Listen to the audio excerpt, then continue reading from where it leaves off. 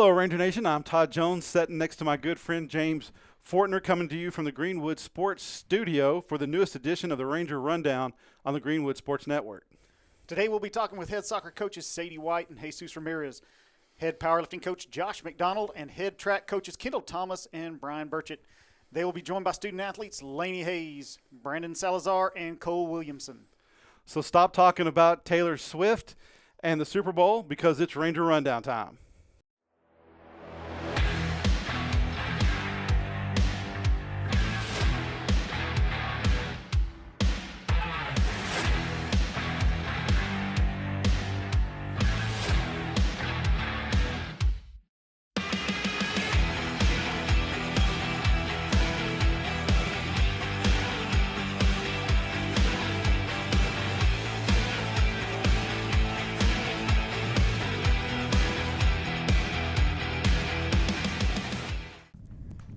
Up first, we have head girls soccer coach Sadie White and sophomore forward Lainey Hayes sat down with us. Ladies, welcome to the show.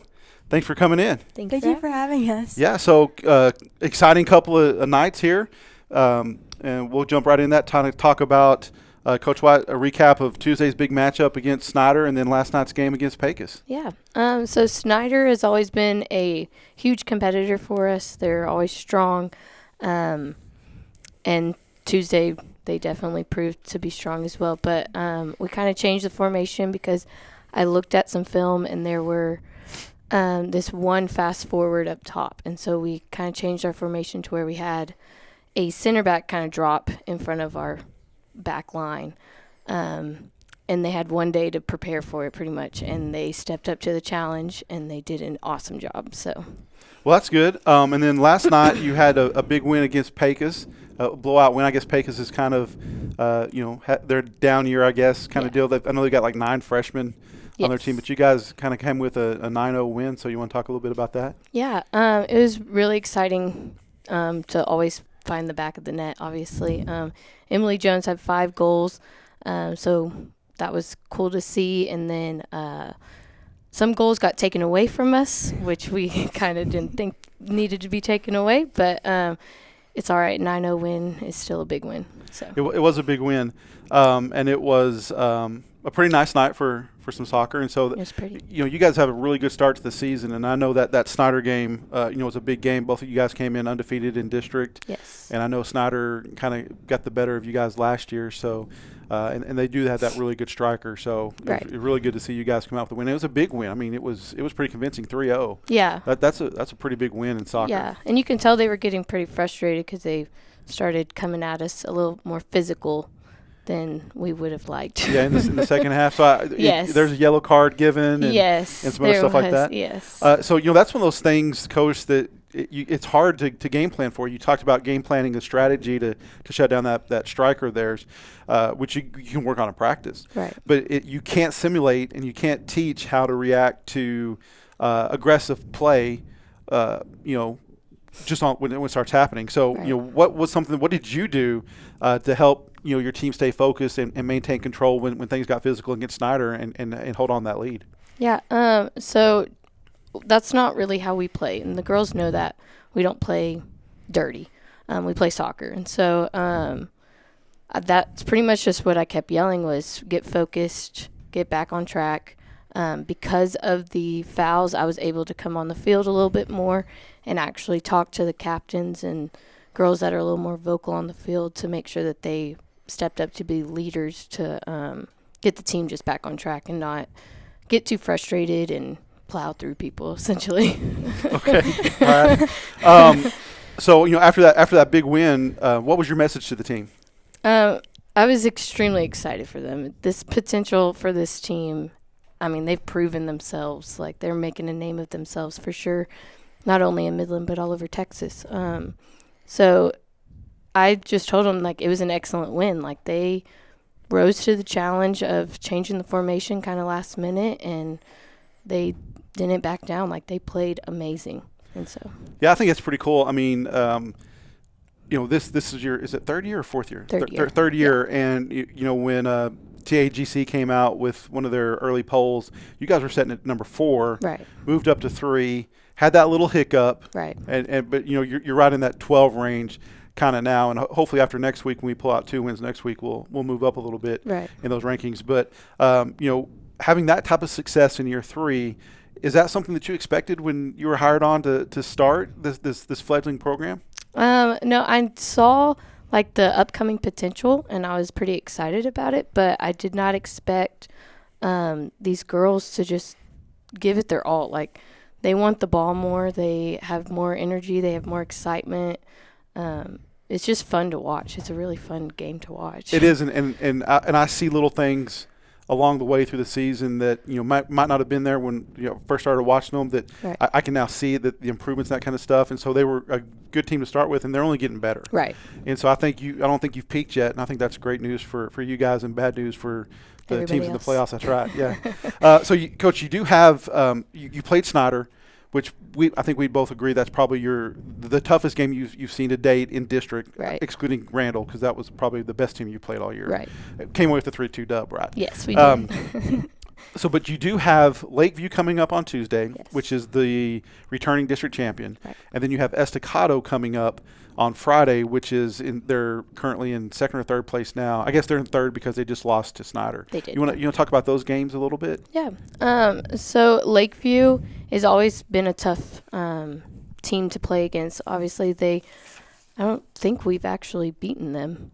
So that'll be fun to beat them on Tuesday if we do. But they lost a few seniors and their head coach this past year, so they're kind of starting from like rebuilding their program a little bit.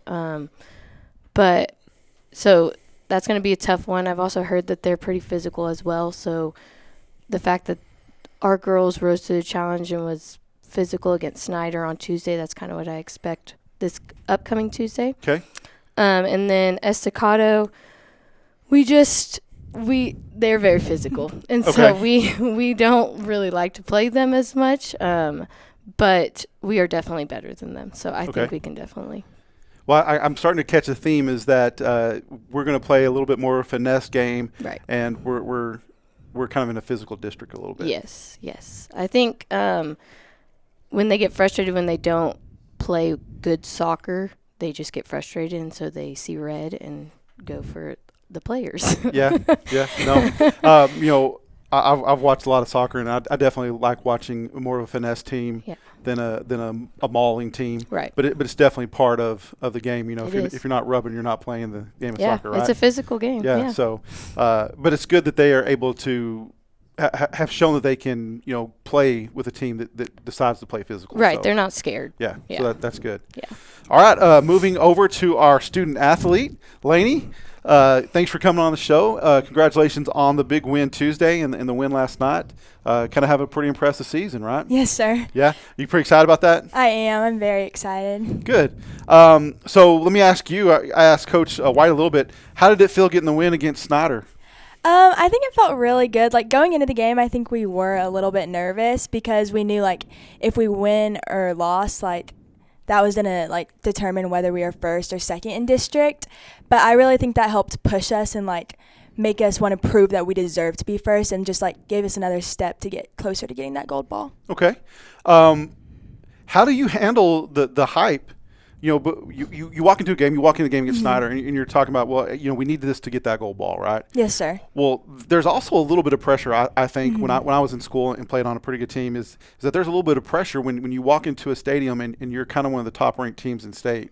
How do you and how does the team handle that hype going into a game? Well, like, our team's very well-rounded, so I think it helps, like, not just putting pressure on one single person. Right. And I think it just really pushes us to show people that we deserved that rank and that, like, we continue to deserve that rank. Okay. So you play forward. Yes, sir. And I've seen you play left and right. Yes, sir. I don't know necessarily about striker in the middle, but I've seen you on both sides. Yes, sir. Why don't you tell the listeners here a little bit about what responsibilities a forward has during a game?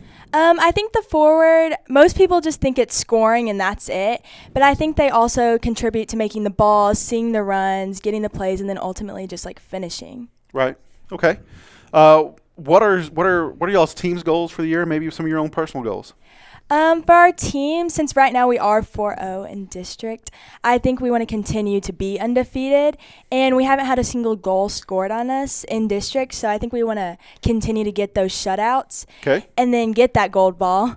And then also when we go into playoffs, just continue to win and just get as far as we can. Okay. Well, I like those kind of I like playing to win. We talked about it. Exactly. I don't understand the philosophy of playing not to lose. You always play to win, right? So I do love that about your philosophy, Coach. All right. So, Lainey, what is one of your favorite soccer memories? Is this your second year on varsity? Yes, sir. You're on as a freshman. So you've gotten a little bit of time around Coach White and in the program. What's your favorite soccer memory so far? I've had a lot of fun this year and last year. I feel like I'm always laughing, like whether it's at practice, at our tournaments, at our games. But I definitely think that my favorite memory was just winning our tournament. Because I feel like that was a big step for us because that was like a first for our program. Yeah.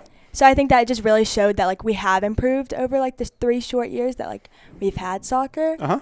And I just think it was really cool to like finally get that trophy. That's good. I like that. That's a good answer. All right, you ready for some rapid fire questions? Yes, sir. All right, you nervous? A little bit. Okay, here we go. Remember, we're all friends here. We're good to go. All right, what is your favorite snack? Probably pickles. Pickles. Favorite color? Pink. Pink. Favorite subject in school? Math. Oh, that's a good answer. I'm a math man. That's good. What animal are you most afraid of? Oh, probably sharks or like any fish in the ocean. A shark or fish in the ocean? Yes, all right. sir. Well, sharks and fish in the ocean, they're all the same. Yeah, they Right. are. All right. They're all scary. Gatorade or water? Water. Water. All right. Taylor Swift or Olivia Rodrigo? Taylor Swift. Okay. All right. And then Coach White's warm-up music, good or not good? Half and half. Half and half. All right. Guys, thanks for coming on. I appreciate your time and you guys coming on and smiling and have a good time. The Rangerettes take on Lakeview Tuesday at 5:30, and then they have Estacado at 6 o'clock on Friday. Both of those are home games. Big games for the girls. They've got a great thing that they put out on the pitch, on the field. It's a lot of fun to watch. Yes, There's a lot of good soccer out there. You guys need to come and see what they got going on and support them as they take on these new 2 district opponents. Up next on Ranger Rundown, we're going to have some boys soccer with Coach Jesus Ramirez and James Fortner. So you guys stick around for that. Sitting down this segment, we have head boys soccer coach Jesus Ramirez. Coach, appreciate your time. Thank you for having us again. Glad to have you. Glad to have you guys to come in and talk some soccer this week. How about give us a recap on this week's games against Snyder and Pecos? Against Snyder, we started a little bit slow. They were pretty fast getting off the ball, very physical. We kept our composure. We kept moving the ball around, had great possession all around, distributed everywhere, and wore them out the first half. Then just came back second half, took it out. This week against Pecos as well, we dominated possession, and that helped us a lot. We practiced that a lot, and it showed. It finally transitioned from practice into the game, and I think it was about a 90% to 10 on possession. That was good. We wore them out first half as well, and then we just let them have it second half. Yeah, possessions like that, when you control the ball on their end of the field, that sure bodes well for success in the end. Oh, yeah, definitely. How do you feel about your team's current standings in district right now? Right now we're sitting in third. I've said it before, it doesn't really reflect how the boys are and what they've done. They definitely deserve the wins this week, and we're gonna go and chase that first place. Honestly, I'm very proud of what they've done and how much they've accomplished so far. Pre-district, they were kind of, I don't know if this is going to work out for us. But like I told them, putting those powerhouses on, it showed us what we can do, especially being competitive with a lot of those. It surprised them in their ability to be able to regroup, work together, and actually come out to play together. Nice. That's great, Coach. Who's leading the district right now? San Angelo. San Angelo leading the district? Yes, sir. And then they got San Angelo, Estacado, and then us. Great. Well, what about the changes that you've seen in your players from pre-district to district? One of the biggest ones is communication. Any coach can tell you, if you don't communicate, you're going to have trouble in the back, trouble in the middle, trouble up top, wherever it is. We have transitioned from being a nonverbal team to a very verbal team, very patient. That's changed a lot too.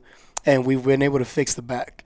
One of our biggest problems through that pre-district was our backfield, and we made some adjustments. And so far through these 4 games, it's made a huge difference, especially yesterday. Whenever you take away the striker, there's nothing people can do against you. Yeah, that's huge. That's huge. When you can take their best piece off the field like that, then you're definitely in high cotton there for sure. What's the top thing you need to fix to continue through your progress through district here? Consistency. We do great in every aspect of the game, but we're not consistent. Whether that's people missing practice, whether that's people not transitioning the practice level to the game, we need to increase and keep our tempo where it needs to be. We need to continue our patience, and like I said, just being consistent throughout, and we should have a wonderful season if we do so. Awesome. Well, it's shaping up to look like a good one now. Yeah. Oh, yeah. Yeah, definitely. Coach, you brought your freshman forward, Cole Williamson, with you today. How are you, Cole? Oh, I'm doing good. How are you? Doing very well, man. You ready for some questions? Yes, sir. All right. What's the biggest adjustment for you this year making varsity as a freshman? I would definitely say having to slow down my speed of play. Coming from New Orleans, I was asked to play varsity my 8th grade year, but unfortunately that didn't work out due to UIL rules. So definitely having to wait that extra year to play in varsity has helped me and gave me the opportunity to improve my patience. Awesome. What do you feel like your best skill is on the field? I would say my touch and finding the space. Well, I don't know if those are my 2 best skills, but I think they're the 2 most important. And I definitely worked the hardest on those 2 skills. Awesome. What are your personal and team goals this season? Just to win. Football's a team sport, and that's all you need to do is win. I like that. I like that goal. Who's someone you would consider a mentor? Definitely Clemson's head soccer coach, Mike Noonan. I've gone to his camps for the last 3 years now, and him, his staff, and his players have made an incredible impact on not only my skill level of the game, but also the knowledge. Awesome. That's a great mentor to have. Yes, sir. All right, you ready for some rapid-fire questions? Yes, sir. All right, are you a car or truck guy? I'm a car. What kind of car? My favorite is definitely the Nissan GTR. Ooh, nice. What's your favorite color? Red. Favorite food? Spaghetti. Favorite soccer player? Christian Pulisic. Favorite music? Rap. Rap. Yes, sir. Cool. What's your favorite school subject? Definitely history. History. Yes, sir. Man, I like history too. I'm more of a math guy, but I do love history. I liked history a lot later in life than I did in school. I didn't appreciate it much when I was in school, but hey, that's awesome. Well, thank you guys for coming out and visiting with us today. Well, thank you for having us out. Yes, sir. You guys got an exciting season ahead. You're on the road at San Angelo on Tuesday, and then Friday you're at Estacado, correct? Estacado, yes, sir. 2 more road games before we finish the first half here home. Okay. Is Estacado the kind of finishing up that first half? Liberty is. So you got one more in Liberty, yes, and sir. then you rotate it back around? Yes, sir. Awesome. Well, good luck to you guys. Well, thank you. Hey, Appreciate everybody it. out there in Ranger Nation, come out and support these guys. Come out and see the soccer game they got going on. It's some exciting ball out there. Up next, we've got powerlifting coming up, so stay tuned on the Greenwood Sports Network. Sitting down with us for this segment is we have Coach Josh McDonald and student athlete senior Brandon Salazar. We're going to discuss some powerlifting. Guys, thanks for stopping in. How are y'all doing today? Great. It's a great day. Doing amazing. Yeah, it's a great day, isn't it? Yeah. I'm excited to talk to you guys a little bit about powerlifting. It's something that, Coach, we talked a little bit about in the last rundown. And it's something that I enjoyed doing when I was growing up, and to talk a little bit about the competition side of it, I think is pretty cool. So Sure. Glad to have you guys back on. Coach, why don't you give us a little bit of a recap of the season so far? Well, strangely enough, we're almost to the end of our season for a lot of our athletes. We're hosting a girls' last qualifier / invitational meet next weekend. So if you want to know a little bit more about powerlifting, we'll be here Thursday evening with 3 schools, and then we'll be back again on Saturday afternoon with about 11 schools. So it'll be some pretty high-level competition. But that'll be the last chance for girls to qualify for the regional meet. They take the top 12 in each weight class. And so, if you're in the top 5, maybe even the top 8 in your weight class at this point in the season, you're pretty solid as far as qualifying for regionals. It's those ones that are, 13, 14, 15. I've had a girl qualify the last week of the season. She was 19, but because there's so much movement in weight classes, somebody might have a more advantageous seating in a different weight class if they're qualified in 2. Right. And so they'll drop out of 1, and all of a sudden you're shuffling students, and you've got somebody that qualified when they didn't even think they had a chance. So. All right. How many people have you got qualified so far? There look like they're. So for the girls, we're not down this year as far as quality of lifters. We're a little bit lower on our numbers, and it's a cyclical thing. And so we've had some new kids come out, but it's hard to be really competitive your first year if you haven't been in lifting for quite a while. So right now we've got 4 girls qualified in pretty solid positions. Micah Ditmore is sitting second in the region. Kim Olivas is sitting 4th. Angel Smith is sitting 4th, and then Mari Barrera is sitting 7th. Now, some of those could change because the girls have started an unequipped division where they lift raw. So instead of being equipped with a squat suit that helps you out, knee wraps that help you out, and a bench shirt that helps you out a lot, they're lifting in singlets and knee sleeves. And that's it. And so it's really is how strong are you and not the equipment. And so Micah is actually close to being the best lifter in the state in her weight class in the raw division. And she's actually competing in Aggieland right now at a powerlifting meet. So, wow. She just posted a 132.5 kilogram squat for her best squat, which is right up there with her. That's roughly about 292 pounds, and her personal best this season at a meet is 300. So she's out there showing out right now. I'm glad you did that conversion for me, because I was going to ask, can we convert that to something that we as Americans are going to understand? And so on the boys' side, I've got a lot. We have a lot of participation, and we've got a lot qualified. So Brandon, I'll let him talk about his placing when we get to him. But Carlos Barraza, sitting 4th. Hunter Outlaw, who's a freshman, sitting 5th. Adrian Reza, a senior, sitting 5th. Garrett Dalton, a senior, sitting in 5th. Brady Madison, another freshman, in his weight class is sitting 5th. And then we've got Dylan Carr, 8th in his weight class. Colton Armida is sitting 8th. Angel Sosa, who's a junior but lifted quite a bit for us, is 10th. Dewey Bingham, a junior, is 10th. And then we've got Riley Allen, 10th. And then one more freshman, Nettie Delgado, is sitting 12th. So right there on the edge. But we've got quite a few qualified. Well, and I picked up about 5 freshmen that I know of, 4 on the boys side, I know 1 on the girls side. And so you mentioned how that it's difficult, coming in your first year to do that. So that's got to be really. Yeah, it's really, really exciting. Yeah. And so, Hunter Outlaw is a really fun kid. And he weighs all of, a $115 soaking wet. And so he's right there in between 2 weight classes. So he's qualified in the 114s and sitting 5th. He's actually sitting, I think, 8th or 9th in the 123s. Okay. And so obviously he wants to be in the 114s, but he was joking. He was like, Coach, I mean, this is my last chance in the 114s. He's not going to – there's no chance he's going to be in the 114s next year because he's going to grow and of course, he's going to be stronger. Yeah. Well, at least he hopes so. Yeah. I'm sure his dad does, right? So, Coach, you talked about a few things, and we're going to get to the equipment in just a second. But when you go to meet, there's some technical things that you and I kind of talked about that the viewers might not be aware of. So what are some of the technical requirements associated with powerlifting, like depth and different things like that? Can you talk about it a little bit? So with each lift, there's technical standards of competition, and you also have to follow the commands. So that's a big thing sometimes. So with squat, once you get set, you unrack the weight and your feet are set. You look up at the head judge and they'll give you the first command, which is squat. And so from that moment on, your hands can't move laterally, your feet can't shift. The only movement that you're allowed to do from that point on is squat down to correct depth and then immediately stand back up and come to a still position. And so the correct depth, it would be the crease of your hips has to be below the top part of your knee. And so that's pretty deep. I challenge you at home to go ahead and squat down that deep and see how deep that is with 300, 400, 500 pounds on your back.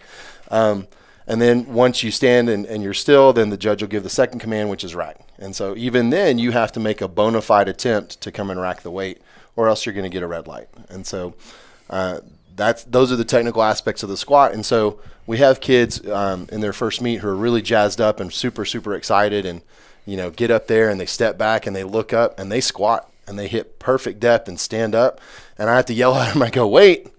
and then the judge tells them to squat. And so they get to do it again and hopefully get it up and then wait on commands. And so if they do wait, because the judging part is between the commands from the squat command to the rack command. And so anything that happens before really doesn't matter, and after they attempt to rack it, anything after that really doesn't matter. Have you ever done that? Yes. He was looking at you when you were telling the story. I was like, well, I think I know who might have done that. The same thing. One of the reasons we wear equipment is because of the technical aspects. Squatting down to depth is pretty deep. And so we have those knee sleeves and knee wraps that are really, really tight to help protect your knees. One of the reasons they allow equipment on bench is the first command on bench is press.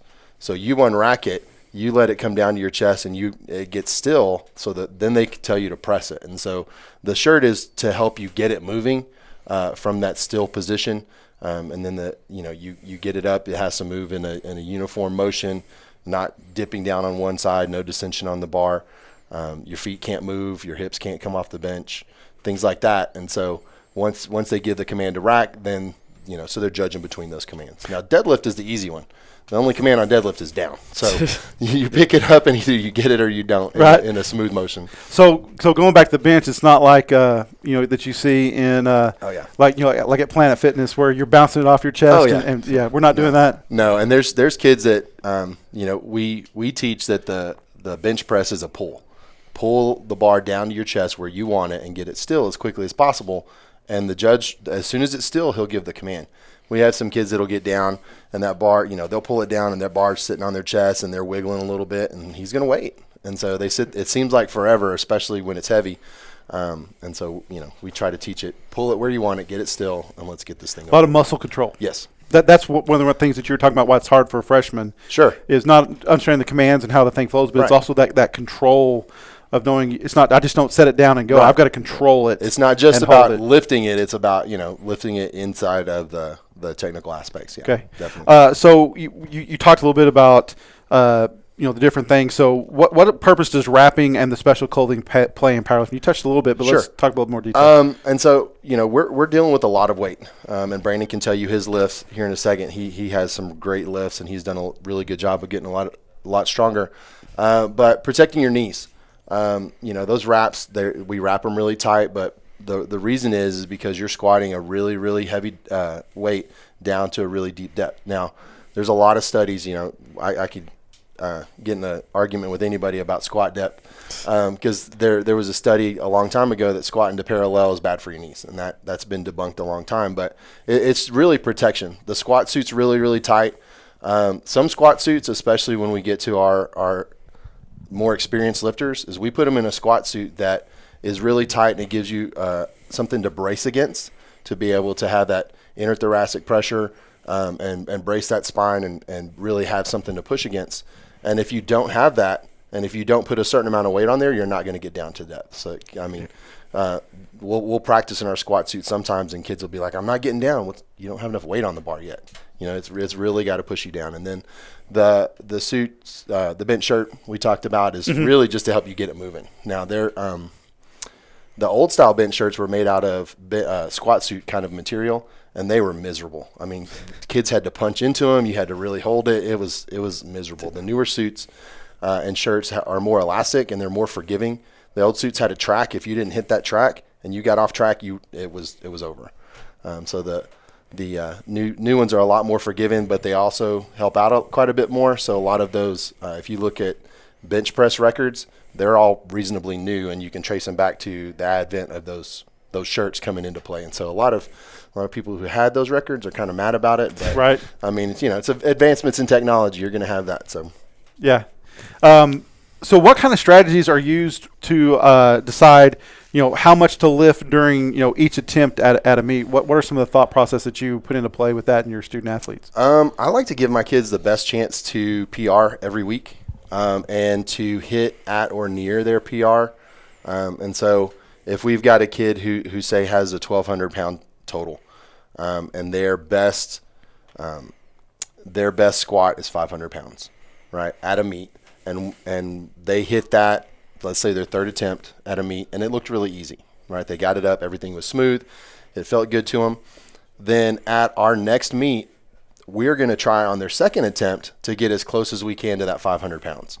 so that if they attempt a PR of 10 pounds, 15 pounds, maybe even 5, and they don't get it, we didn't lose that much from their total at that second attempt. Okay. And so that's kind of aggressive sometimes. You have some people that their first attempt may be 70 pounds less than their best. And then their second attempt will be somewhere in the mid-range of that. And if they don't, and then they'll take a pretty big jump for their third attempt to try to gain a lot of ground. But if they don't get it, they've given up a lot in that second attempt. And that's where we sometimes catch people at meets. It's backfired a few times. But ultimately it comes down to the kid and how they feel. Okay. I'm not. We have conversations every week, and we go through openers, and it's like, okay, where do you want to get to? What do you want your final attempt to be? What is your opener? What do you feel good about that you can hit technically 100% of the time? And then what's your plan after that? Squat. Usually we'll make jumps of about 20 to 30 pounds in between attempts, just because we're trying to get close to that maximum effort. And it depends on the meet. Sometimes at like an invitational meet, you've got 30 to 40 people on a rack. And so if you're not flighted, you get your first lift and you probably have 20, 25 minutes of rest in between each attempt, versus we get to regionals or state and you've only got your one weight class on there. And so you hit your first attempt and you may be coming back up for it in 5-10 minutes. Okay. And so those are some things and strategies that I need to do a better job of adjusting to and preparing the kids for, of having those max effort lifts a little bit quicker in succession. Okay. What do your workout regimens look like during a meet week? So we've luckily had a couple weeks off from competition, and Brandon can attest that the workout last week on Monday was the first time. Some of them have been sore in a while, since the beginning of the season, just because it's hard to turn around and week in and week out really push yourself hard and then turn around and compete. And so our workouts on a normal meet week, because we may have younger, more inexperienced lifters lifting on Thursdays, and then our experienced lifters lifting at an invitational on Saturdays, we kind of break it down into the 3 lifts. Mm-hmm. And so first workout of the week is squat dedicated. So we're going to do heavy squat, and we're going to do a lot of auxiliaries on squat. And then bench is going to be kind of tame. Deadlift is going to be kind of tame. And so then the next day, because we lift in consecutive days, and also these kids are also lifting during the period and during athletics and some of that stuff. So some of them are doing double duty. And so we'll taper that based on what they're doing. Right. Then Tuesdays are more like concentric bench. So we'll still do some squat to work out some of the soreness. And then we'll do some bench auxiliaries, and that'll be a big bench day where you have multiple modes of the bench, and then something deadlift. And then usually that third day that we get to lift, we'll do some posterior chain kind of stuff. Deadlift is one of those that it's hard to do a lot of deadlift, just because it wears out your grip. It's tough on your back. So we really, really try to hit the posterior chain with some leg curls, back extensions on the GHD, some different kind of stuff, but then still get in there and get a couple of heavy deadlifts in. And then usually the fourth workout we don't get to, because we're lifting on a Thursday. And so our experienced kids are going and coaching that day while I'm judging. And then, we compete on a Saturday. So that's interesting. All right, let's kind of change gears a little bit, and we'll switch over here to our student athlete, Brandon. Like I said, glad you're here. You ready to get started? Yes, sir. All right. Well, I hope you have a little bit of fun. I'm gonna make it hard on you, man. You ready? I'm ready. All right. Don't be upset if you start sweating before we get done. Oh, I've been sweating. Okay. All right. Well, I know you have. So how's your season gone so far, and are you happy with where you're at? I'm currently sitting second in region. Okay. I'm not first, so I'm not really that happy with where I'm at. So, okay. But so second's a good place to be right now. I mean, from what Coach McDonald said, you're kind of looking like you're going to make regionals. So that's the first step, is getting there, right? Mm-hmm. Okay. Then you can open up the can when you get to regionals. Yes. Okay. I've been studying the guys in front of me and seeing how they've been going, and I'm getting there. I'm getting there. So okay.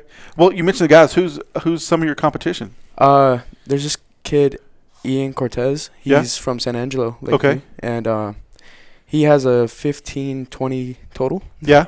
And he's recently been putting up less numbers. He's been going down. I think that really him not resting between the weeks, like Coach Mack lets us rest between weeks, and we get to build up more strength and then go out and compete and do more. Okay. So I think that mid-season fatigue is really hitting him. Okay. And I think I can overtake him. All right, cool. Well, I'll bet you can. Thank you. Greenwood beats Lakeview all the time, right? I do want to throw in, some athletes will post really, really big numbers at the beginning of the season, and some of it is judging, that you have judges that are new or you have athletes that are new, and they're a little more lenient on the aspects of it. So you may see some depth issues at the beginning of the season that aren't going to fly when you get to regional and state. We really, really harp on getting to depth because, the former regional director for the girls of our region came up to me when we were at the state meet, and there were so many girls from some of the other regions that were bombing out on squat because they weren't getting deep enough, and they weren't hitting their huge numbers that they had done earlier in the season, whereas our girls were trucking right along. And so the way it looked on paper going into the state meet was completely shuffled by the time we got done with squat because of depth issues and things like that. So that could possibly be a thing too. He went to that first meet and they were really, really nice to him, and now he hasn't gotten to depth with those weights yet. Yeah, so the two things I took from that is just like everything else, peaking. When you peak is the most important thing, and that refs cheat you everywhere you go. Refs, judges, right? I mean, the consistency, right? Yeah, I just want you to be consistent. Yeah, that's all I want. There's a couple good refs in the world. Sure. Both of them are sent to this table, but we're not going to say anything about that. Brandon, what do you want to accomplish by the end of your senior season? I'm hoping to go to state this year. I haven't for the past 3 years, but this year has been the most promising. I've hit the state qualifying total already. Okay. And I've actually blown past it by like 50 pounds. So I really want to go to state and hopefully get a medal at state. Yeah. Okay. Well, I want you to too. All right. I'd love for that. Now, Brandon, you are one of the Rangers that plays a couple different sports, right? So you play football and then you power lift. What is the difference in preparing for a powerlifting meet as opposed to preparing for a football game? Well, a powerlifting meet, it's longer than a football game. It's a lot longer. It's like 3 times as long. It's a 6-hour meet compared to a 2-hour football game. And sometimes you get hungry in between lifts. you want to bring snacks and a lot of water. And but the mental part is still there. It's still having to be mentally ready for each, whether that be down or lift. And it's pretty much the same besides the constantly eating. Okay.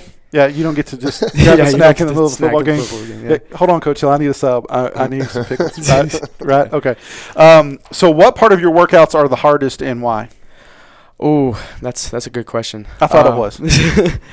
Probably re-racking the weights. Because after a heavy set of deadlift, you're really tired. Your body's exhausted, and you don't want to have to put up all 400 pounds back on the rack.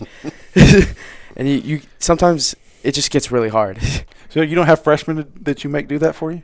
I do, but no, we're not going to talk about it. We're going to talk about it. Our upperclassmen, powerlifting is a really, really cool sport where these guys get to follow those younger ones around. They really take them under their wing.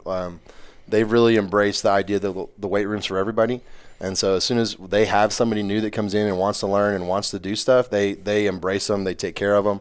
And so, yeah, if they asked them to, I'm sure those freshmen would be all over lifting their weights. Yeah. Well, guys have a good attitude about it. Coach, I'm glad you brought that up because, and I can see that especially in the weight room and kind of the mentality that goes along with that. But man, that's something that I think you see a lot of here at Greenwood. That I know I've seen personally in my family's life. Sure. The seniors actually investing in the younger younger underclassmen and not just and actually, I mean, just investing in them and trying to help them, work their way through, the high school competition type deal. And I think that's something that's pretty cool. And I'm obviously glad that we're seeing that in powerlifting. But, I think that's something that Greenwood does a pretty good job of. All right, so are you ready for the tough questions? A little rapid fire. I see you've been sneaking peeks over here at my. I've been looking. I know. All right, here we go. Favorite food? Combination burritos. From where? Ooh. Roses. Okay, that's a good answer. Favorite subject in school? History. History, like that one. Car or truck? Ooh, car. Really? Yes. You I kinda look drive like a truck, guy. but I miss my car that I had. Oh, okay. Yeah. Like a sports car kind of deal? Are we talking? Or? It was a 2004 Chevy Cavalier. But Okay, well, I mean, I'm talking about like you could pick a car. Oh, if I could pick a car? Yeah. Yeah, I'd pick a sports car. Yeah, you going Lambo maybe? Ooh, Bugatti. Okay, all right. Favorite music or TV show? Favorite music. I listen to a lot of rap and Okay. metal sometimes. Okay, I like metal. And What's your favorite lift? squat. Squat. No bench? No, I'm not bench. No? I'm Okay. a poverty bencher. Squat. All right, last question. Who's winning the Super Bowl? San Fran, San Fran's winning the Super Bowl. for sure. All right. Well, that's an incorrect question. What? An incorrect answer. The correct answer was Kansas City Chiefs. But hey, Brent, I appreciate you coming in. I hope you had some fun doing I it. did. Coach McDonald's always great. Yep. Hanging out with you. Next, we have Coach Thomas and Coach Burchett coming up to discuss the upcoming track season. So you guys stay with us. And rounding out the Ranger rundown this week, we have track coaches Kendall Thomas and Brian Burchett. Coaches, thanks for stopping in. Thanks for having us. It's crazy. I've been to every one of these filmings. It's the first time I'm on the camera. Well, welcome to this side. Yeah, it's a little brighter over here. That's awesome. Hey, Coach Thomas, what are your thoughts and expectations for the upcoming season?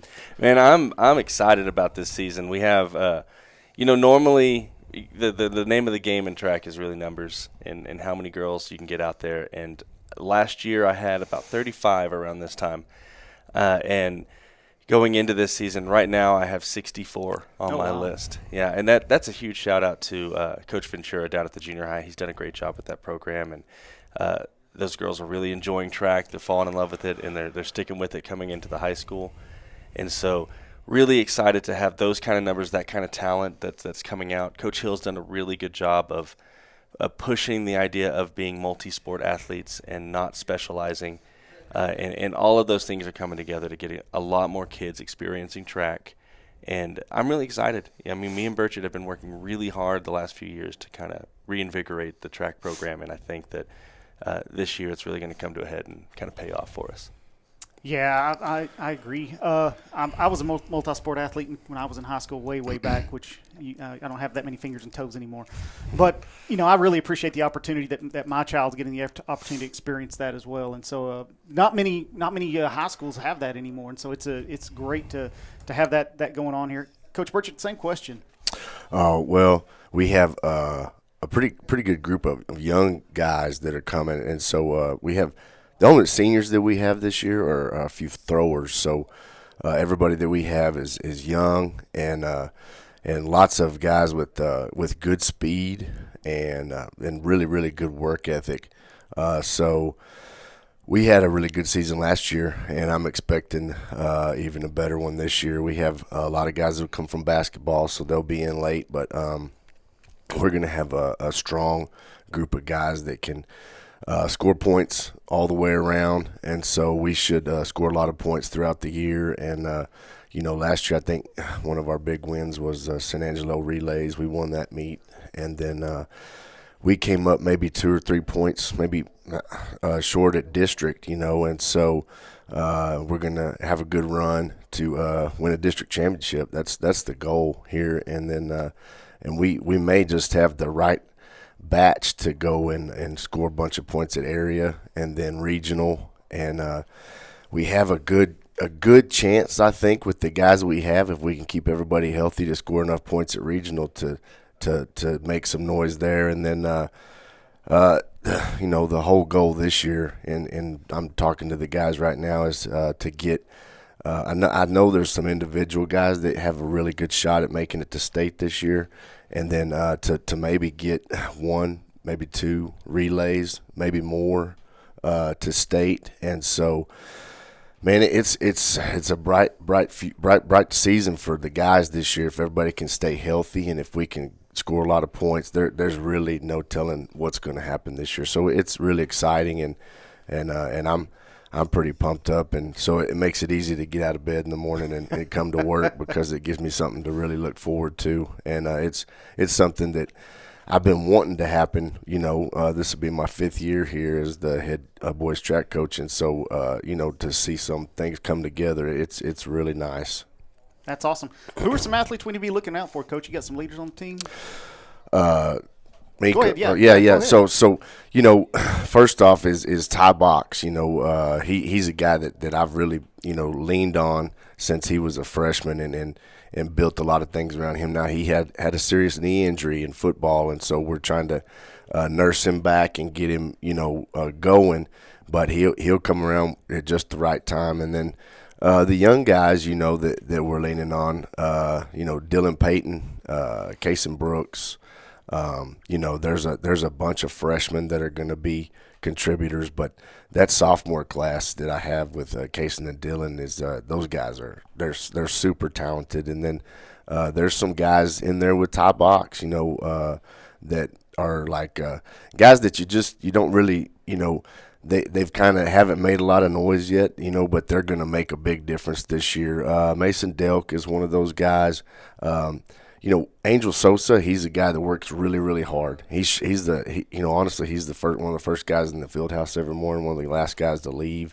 And one of those guys. Yeah, he's something else. But hopefully, he's going to be able to contribute in the way that he wants to this year. And so there's going to be quite a few, and I know there's going to be some surprises too, which is what I'm looking forward to, is the guys that come out of nowhere. So that's awesome. Yes, Coach, sir. on the girls' side? Girls' side, I have a couple of seniors that are really worth watching. You have Presley Watzel, who's been kind of a beast in the district for the last few years. Mostly known for hurdles, but she's not going to be jumping hurdles this year. She's going to switch more to field events, so she's doing triple jump, long jump. She's even trying a little bit of high jump this year. So I think she's going to have a lot of success. She only missed out on state last year by about half an inch at regionals. So she's right where she needs to be, and she only started triple jumping about halfway through the year last year. So she's got a lot of potential there. I think that we could see some special stuff from her. Grace Franks right now is she's battling in basketball, but she's got some wheels. You can see it on the court. She's fast, and she's going to help us with our sprints in a lot of places. Got some young ones. Paisley Ellenberg is just insanely fast for her age, and I think she's going to turn a lot of heads this year in district. May Savage has been talked about a lot with cross country, and she broke some records last year. She's doing some double time with softball, so she's going to have to battle that, but I think she's going to do some impressive stuff. Not talked about as much as May is Alyssa Barron, who's another freshman, and she's got some tools. And I think that people are going to start learning her name a lot more, because I think she's going to do some great stuff for me. And I'm telling you, I could go on. I've got like 5 or 10 more names I'd love to name. A lot of 60-something kids. You ought to have a lot of I'm names. telling you, the trouble's going to be on me finding where to put them all, because I've got a lot of pieces on the chessboard that I haven't had before. So I'm really excited. I'm ready to get going. That's a great problem to have. No doubt. Coach, last few years, Greenwood's hosted seems to be a ton of track meets here at our home field. Is there a story behind that? I think that the number one thing about us hosted meets is that we're good at it. I feel confident saying that. I think that a lot of the coaches – I agree with that statement, as I've attended a lot of those. I think a lot of coaches in the area agree with that. So we do have a lot of coaches that request us to host some meets sometimes. And, the biggest thing was when me and Burchett first became head coaches in the program, we were trying to figure out how to get those numbers up. And hosting meets is a great way to do that. It's exposure in the district. The kids – are at the meets. They see how much fun we have, and they're like, I can do this every week. And so it's a great sales pitch for us. And then it brings in money for the program. You mentioned before the interview, we have really great equipment that we use during our live streams, our timing equipment, our live stream equipment, and all of that comes from our booster club raising money during these meets to make future meets even better. And so I think it's kind of a vicious circle. We're not hosting as many this year, but I think that it served its purpose. The goal behind hosting 100 meets, there was a method to the madness. Well, I'll tell you what, it's certainly an enjoyable experience, because you guys host one of the best meets around. Like I said, I've traveled. I was a track guy way back. My child ran some track out here, and so even down the junior high ranks all the way through, man, you guys run excellent track meets. Thank you, excellent track meets. So when does the season begin, and when's district roll around, Coach? We have our practice meet on Thursday, going over to Fort Stockton. That's we call it a practice meet because we're not going to have divisions. We're not going to keep points or give out medals. It's just go out there and compete. It's a chance for us to get on the track and kind of stretch our legs a little bit against some people we don't know. We even had it last year where we had some girls that missed their third attempt on high jump, and we gave them a fourth just because we're just out there to get better. And so that's worked really well for us in the past. So we've got that coming up, and then the next week is our first official meet, and we're actually going different places. I'm going to Fort Stockton again on Saturday, and then you're going Friendship? Yeah, we'll go to Friendship, and but that's the weather's always iffy on that one. So if the weather turns, then I'm sure we'll end up in Fort Stockton. But we try to go run against the bigger schools at Friendship and see how we match up, which is a good test for our guys. Yeah, 25 plus years ago, I ran the Friendships when I was in high school. I grew up down the road in Levelland, so we were always there at Friendship running, and you are 100% correct. The weather over there for the first track meet of the year was almost always atrocious. You never know. Sometimes it's good, sometimes it's just snowing and windy. So, yeah. Yeah, nothing like being in wind shorts and snow flurries flying around. Yeah, I know. Yeah, the fastest 4x1 time there is Big Spring holds that. And I'm from Big Spring, but it was a track meet at Friendship. It's still held. It's from like 1994 or something, but the reason that we ran so fast, or they ran so fast that day, is because it was snowing and windy, and everybody wanted to get back on the bus and get warm, so they ran really fast to get back on the bus, and they set the meet record that still stands over there, so it's pretty crazy. Believe it or not, I was actually in that race. Yeah. Yeah, we were in that race that day.